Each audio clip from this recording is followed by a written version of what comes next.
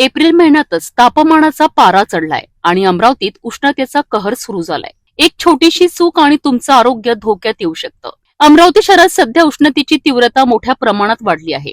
दिवसभर तापमान वाढत असून उष्माघाताचा धोका गंभीर बनला आहे. या पार्श्वभूमीवर वैद्यकीय आरोग्य अधिकारी डॉक्टर विशाल काळे यांनी नागरिकांना सतर्क राहण्याचे आवाहन केले आहे. दुपारी 12 ते 3 हा वेळ सर्वात धोकादायक. या वेळेत शक्यतो घराबाहेर पडू नका. अत्यावश्यक काम असल्यासच बाहेर जा. बाहेर जाताना डोके झाका, टोपी, कॅप, गॉगल किंवा ओढणी वापरा. हलके आणि सैल सुती कपडे परिधान करा.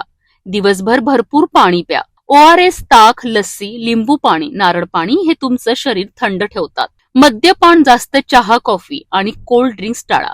उन्हात काम करण्याकरिता विशेष सूचना. दर काही वेळाने सावलीत विश्रांती घ्या. ओल्या कापडाने डोके झाका. शक्य असल्यास सकाळी किंवा सायंकाळी काम करा.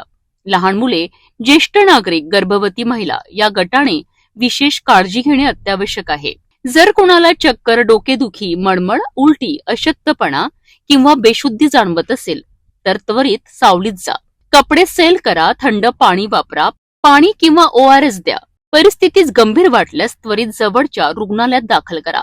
उष्णताही दिसत नाही, परंतु तिचा परिणाम घातक ठरू शकतो. म्हणून सावध राहा. स्वतःची आणि आपल्या कुटुंबियांची काळजी घ्या.